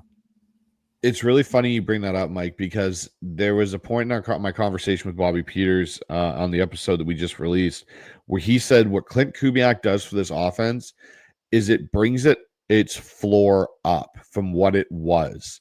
He goes, if this offense is at its floor, it will be better than what you had with Shane Waldron and with Grubb as a whole. It may never be a top 10, top 5 NFL offense, but he goes, there's no reason it's not a top 12 to 15 NFL offense. And your floor is maybe 17, or kind of what you even saw to a point with the Saints last year where it wasn't a bad offense. The injuries killed it. When they were all healthy, it was rolling and humming along. I think that's the biggest thing for me was hearing that, there's a good chance our offensive, floor is raised from where it was. And you make a good point. Like, every single play caller in the NFC West comes from the same DNA, comes from the same tree. Like, fans might not be all that familiar with Drew Petzing in Arizona, but he was on those Minnesota Vikings staffs with Gary Kubiak and with Clint in a support role as well, and coaching tight ends and receivers there. And so and then he went and coached under Kevin Stefanski in Cleveland. And so his version of the offense is slightly different, but Shanahan, McVay, they all come from the same DNA. And yeah, McDonald gets to see it every day in practice now. So here's another one. This is from Key going, Dan, have you seen who is getting the third reps at inside linebacker? How have they looked? I know depth was a question there, but Drake had done some nice things before. Any clearer idea of how you feel about that spot? Not really. I wish I had a better answer. Like, it's just not a spot because there's no contact that I wasn't really watching that closely. Although if I had to pick a fourth inside linebacker, and we only put 3 on our roster, it would probably be the undrafted rookie out of Kentucky, Derek Jackson. I think this is a complete gut feel on my part because, I didn't really see anything this week to back it up other than he was getting run with the 2s. But just watching his college tape and how he's built and everything else in the opportunity, like, there's some things I like about Patrick O'Connell. He always seems to be productive in the preseason, and when he's out there, he's making tackles. But I think Jackson's upside's a little higher. And if they choose to go with a fourth inside linebacker, I think he has the edge right now. Okay, and so here's one from Robert, and thank you for the donation, Robert. Appreciate that. Trade targets or free agents: Clowney, Thibodeau, Giants edge. We need more help with Chenna out. And I think we touched on that a little bit. They could bring in Jadeveon Clowney. They could trade for somebody, and I think if they are going to trade, I think Thibodeau makes some sense because of his age. Top, first round talent kind of a deal, and I think probably fits Mike McDonald's scheme and what he wants to do. It's similar to what moments he had at Oregon playing in, but I definitely think they will be looking to add to that group, especially because I get the feeling, and Dan, I don't know, you could probably give some more insight on this, but I get a feeling there's a chance Chenna doesn't play until maybe after the 4 weeks he could be on PUP going into the season. Yeah, it's not that he's not doing anything. It's how McDonald talked about him Wednesday. Just the trepidation in his voice when he was asked about Chenna. It reminded me very much of when Pete first had to start answering questions about Abe Lucas, and he didn't really know what was going on. And that's the concerning thing because, you go back to right before the draft when Schneider broke the news on his GM show during draft season where he said, yeah, Chenna had a little knee cleanup thing, but he should be good to go. Well, it sure doesn't seem like that now. Like when McDonald literally says, we don't know a timetable right now. Like, that tells me he's going to start the season on the PUP and they're going to have to make a move there. Thibodeau is more interesting the more I look at him. The only, the money is pretty reasonable and the Seahawks are as we've talked about this in terms of Hendrickson or Parsons, where they're as well positioned to add a superstar and their salary as any team in the league. But Thibodeau's entering into the 4th year. He's got the 5th year option, so he's got 2 years of control. If you're going to trade for him with some of the productivity he's had, 11.5 sacks 2 years ago, like, it might cost you a 1. And I don't know if I want to trade a 1 for him. Trade 1 in a heartbeat if Micah Parsons is involved. And maybe I'm wrong about Thibodeau. I could certainly see why the Giants would want to shop him. They just drafted Abdul Carter. He's already blowing up social media with some of the plays he's making and in camp and everything. And they invested a lot in Brian Burns, both to get him and then to pay him. So I can get it from their standpoint, but they're not in any hurry to get rid of him. It's always good to have more pass rushers, but it might cost you a 1 if you want to go get him. Well, here's a fun one from Hoop Craze. Question for the panel. What's your game day food while the Seahawks are playing? Mike, we'll start with you. What is your go-to Seahawks game day food? Are we talking at the stadium or at home? Yeah. I think let's go. Okay, we'll go one of each. So if you're at the stadium, what is your go-to food first? Man, if I'm at the stadium, typically I'll usually hit Ivar's, which I'm a sucker for the bread bowl. Oh yeah. I just, and then you dump the fish in there. I don't know if they do the Cajun style at the game, but I know down there at the wharf you can get the Cajun style, and like I would get nervous.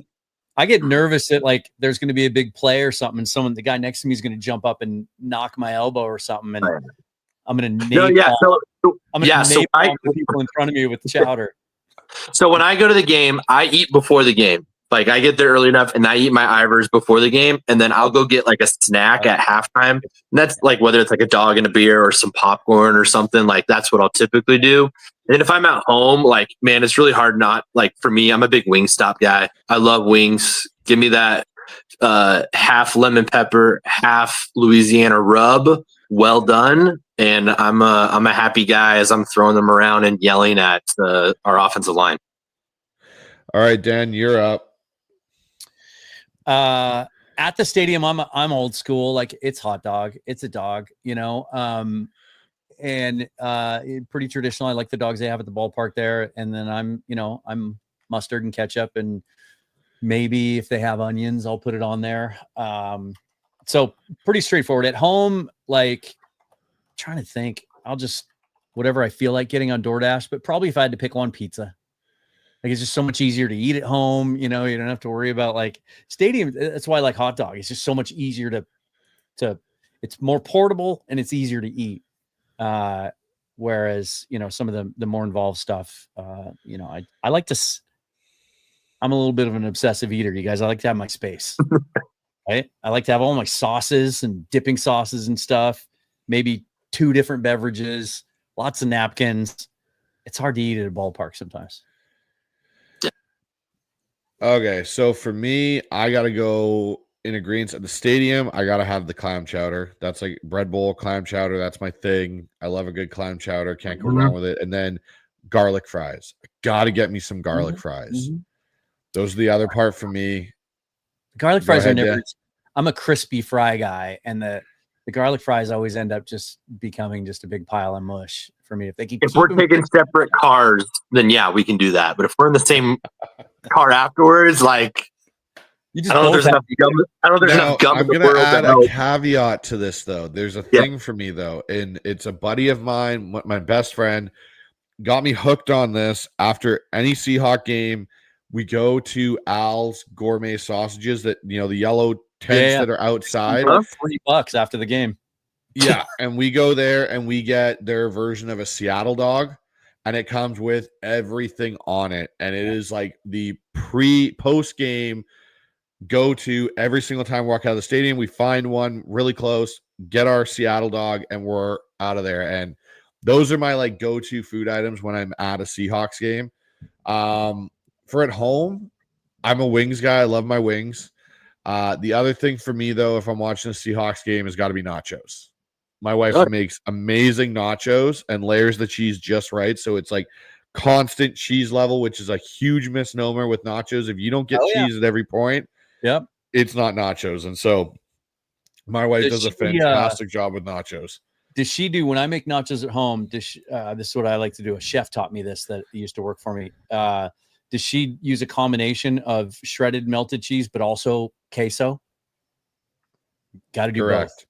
Hit some queso on the bottom, so there's something left there when you get to the bottom. If there's no cheese, if you do, that's next level. Yeah, I almost said nachos for the ballpark because I'm a sucker for the fake cheese. Oh, I can't do fake cheese there, but I can do homemade, like good homemade queso with some nachos. I can definitely get down with that. But this is an interesting topic. I enjoyed that topic. That was a good one. That's a great question. Now I'm thinking about. I can always talk about food. And I'm hungry. Yeah, exactly. That was literally went through my thought process there. I got a sweet tooth. I got some sweets waiting for me, but now I feel like I need to order some wings. I might have to go out for dinner. Oh boy. I'm just looking through here, see if there's because I need protein, so I can I got to keep these. Yeah, you got to keep them big cat arms, man. Yeah, you got to keep the big cat arms there going. Well, Mookie's in agreement to a point. Nice. There is a little conversation in the comments that I just wanted to. Some people are talking about Nwosu and what the ramifications might be if we were to just move on from him and cut him. And there seems to be a little bit of confusion. We would lose money. It would cost. We would. It would cost $8.2 million in cap space just to cut him, unless they came to some sort of another restructure or something like that. But it's because they kicked the can down the road and kind of moved some stuff into the future. Next year's kind of a unique situation where we're in better shape. It gains us about $11 million in cap space. So I don't think they're willing to take that kind of hit this year. No, and here's the thing too. Here's the thing about Chenna. It's frustrating as a fan. It's frustrating he can't be out there. You want to see him out there. We know what he can do when he's healthy. He's still just 20. Well, he's 29 years old now. I think even if he doesn't play it down this year, you wait as long as you can to see if you can get him on the field. If there's any way you think you can get him even for a half season, the roster's good enough to withstand not having Nwosu. Let him get 100% healthy. And even if it takes until like week 10, well, then you just went out and acquired yourself like a really solid rotational edge player that you can add to the roster when maybe some other guys are banged up and the season's starting to get a little heavier. So, when he's healthy, a good pass rusher, it's his on and off the field. Our rush defensive numbers speak for themselves. Like he's worth holding on to as long as possible because he is a wall. And if you can add him and DeMarcus Lawrence together, like, and I know we were talking about Clowney as well. Like, there's a chance we like completely patch it, not completely, but like do a damn good job of patching up our run defense issue this year. And that might be worth 1 or 2 wins in itself, just doing that. And if that means holding on to him, absolutely. I was going to mention that the DeMarcus Lawrence signing this year doesn't have me as worried about the Chenna factor as it would have if we didn't have someone of Lawrence's caliber on the, staff. And he's another guy you listen to Mike McDonald and talk about so far in training camp. Like he's a guy that I think hits differently than what they were necessarily expecting. Another guy that's like, he's maybe not going to produce huge sack numbers, but his presence will be felt in other ways that are going to be massive for this defense. John McGrath here. I know he's always in Dan's comments and channel as well as over here on the Hawk Zone. His go-to smash burger and garlic parm fries with a cold Bahama Mama with extra lime. That sounds pretty good to me. That's very specific. I can always go for a smash burger. I haven't. Now, John, have you tried Walter Jones's or Cam's smash burgers at the stadium? Because I haven't, and I've yet to find. Yeah. I'd like to check that out though. So let's go to this one from Ian Victor, who's one of our loyal guys on our show here and does a good job of monitoring the chat for us and making sure topics stay on point. Thank you for that, Ian. So he goes, what is your thoughts on Sam Darnold saying going against our defense in practice? So what I think he's talking about is what Sam did say in his press conference about going up against Mike McDonald's defense and how challenging it is, but how much it's making their offense better in the long run of things, having to play against it every day. It's funny when I watch him in practice this week, it reminds me of the film breakdown you and I did on him about, we broke down over on the Patreon all of his interceptions, and then we did his red zone touchdowns, of which he threw 26 of them last year. And, the knock on Sam is he's a gunslinger, and every once in a while he's going to throw a ball that makes you scratch your head and you think, what was he seeing there? Or, he tries to fit a ball in because he has that much confidence in his arm talent. And he made a couple of plays. The pick to D'Anthony Bell, and then he got picked again on Friday on a similar type of concept by Julian Love. But it's the way he bounces back from that. Like, I can live with the negative plays. You're always going to get them. You're going to get them even if your name is Mahomes, right? You're going to get negative plays. It's how do you respond to that, bounce back from that. And I felt like we saw him do that even in practice. Like, Friday was the roughest day for him that I saw, but it never felt like it got the best of him. Like, he just, okay, next play, turn the page. And then he came back and found a way to make some positive plays as well. So I think it can only be a good thing that the defense is pushing them as hard as they are. I would say 2 weeks ago, maybe 3 weeks ago, NFL Network was running their America's Game Marathon, which is just, if it's on, man, I don't care what team it is. I love watching those things and just the stories of Super Bowl champions. And I just happened to turn it on, and it was the 2000 Ravens, which for our LOB Seahawks, like, it's them, it's the 02 Bucks, 85 Bears, 2015 Broncos. Like, that's kind of that's that Mount Rushmore, that holy grail of those all-time defenses without, can't forget about the 70s Steelers. But, like, when Trent Dilfer was getting asked, he's like, go and practice against that defense. They kicked our ass every single day, but it was great for us because it was such a relief when we got out on the field that we just felt like, oh my gosh, at least we don't have to face those guys. And it was almost like a confidence boost, even though practice was tough, because Ray Lewis and Rod Woodson, those guys never made it easy on that offense. And that wasn't a great offense. And obviously, Trent Dilfer, had a unique season that year, but it's kind of just reminded me of, like, that's what I want to hear. Like, even if you're going against the best defense in the NFL, like, I want you to welcome that challenge. Like, again, it kind of leads into that gunslinger mentality. And if you can blend that mentality with this offense, like, you might be getting the very best of Sam Darnold, which is what we saw last year for 16 games, was probably close to the best of Sam Darnold, which up until then, I think if you told anybody after week 16, if you told anybody after Minnesota knocked Seattle out essentially here, hey, would you be surprised if Minnesota's in the Super Bowl? I would have said no. I would have said that team looked like they could make the run and stuff. And then just the wheels fell off on the offensive line the last two games when it mattered most. But that's what I want to hear from my quarterback. I don't want a quarterback that's going to shy away from the moment. I don't care who's on the other side of the football. We think we can move it down the field and score it. All right, guys. Well, we've been on here for almost 2 hours, so let's wrap this up here. So, been lucky enough to have Dan Vians and Michael Thompson join me on tonight's episode of the Hawkzone Rundown. But, Mike, I'm going to start with you. What do you have coming out at Field Goals? Because I know you're over there working as a writer. So what's coming up on your docket over there? Yeah, I'm just going to keep bugging Mookie for Micah Parsons and Trey Hendrickson trades. Pretty much a different trade every single day. Now, just looking at how we're looking at with preseason, we've got our first game is not too far away. All of the interesting things, Clowney coming up. There's a lot of things to be talking about, and it's just exciting, man. I'm so excited to have us back. And then this week, like, I'm so excited to see these things with pads. It's going to feel a little bit more real. And again, like, I think, what are we, 6 weeks away? I think we're 6 weeks away from today, right? Yeah. Maybe I'm off by a week. 6 weeks from today, we're playing the San Francisco 49ers for first place in the NFC West. Let's go. Dan, what about you? What do you got cooking this week? I know you're going to be out as many camp practices as you can be. And then obviously we've got our thing, which we'll plug here at the end. But what's coming out on Seahawks Forever? Yeah, I'm going to try to get to as many practices as I can this week. I'm going tomorrow, first day of pads. I don't know if it's going to be full pads or just shoulder pads that come out, but it's still be able to glean a little bit more from what happens during the contact periods.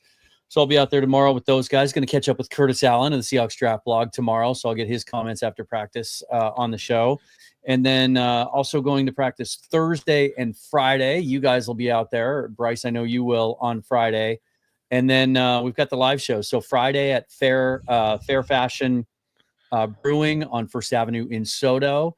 I'll announce the exact time when we get closer to the event.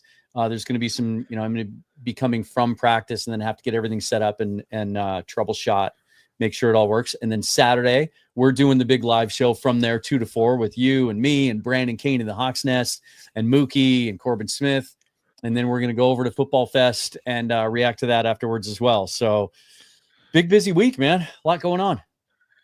Yeah, no, it is going to be a lot going on. And I can't wait to get down there with you guys and be there for Seahawks Training Hub. It's going to be a lot of fun. Hawkzone Rundown on this side, guys. We just dropped a special episode with Bobby Peters, guy that's done alertthepost.com. He also has written a bunch of books on different NFL offenses, starting with Shanahan's, McVay's. Everybody's in that, right? So make sure you go over and check that. Ooh, Michael looks intrigued. I'm not sure what he's intrigued by at that point. But, yeah, so we got that coming out, guys. It's out right now, so make sure you go over and look at that one. And then we'll also have some of our interdivision breakdowns. We've got Blaine from Turf Time Show. He's coming on to do one with the Rams. That's been recorded, and it'll be out here shortly, as well as Jason Aponte from SB Nation for the 49ers that will be on doing one for the Niners breakdown. So those will come out to the members only, and then we'll roll those out. So make sure you guys get into that member-only channel part for us and click that. Join the membership for the Hawkzone Rundown. It helps us out a lot, and you get access to some pretty cool things. As always, everyone, subscribe to the channel, both Seahawks Forever and Dan. He does daily content all the time. Go over there and subscribe to Dan. Help him out over there. And check in on the Hawkzone Rundown. We're on Field Goals as well with Michael Thompson and Mookie Alexander over there. So make sure you guys go over there, check out all those things. But other than that, guys, I think that wraps up tonight. So training camp week 2 starts. Hopefully we have no more serious injuries with the Hawks. And we get to see, Thursday, theoretically, we have real football back. It's a Hall of Fame game on Thursday. So football's almost here. So it's going to be pretty exciting. But with that being said, guys, everyone have a good night. Thanks for joining us, and go Hawks. Go Hawks. Go Hawks.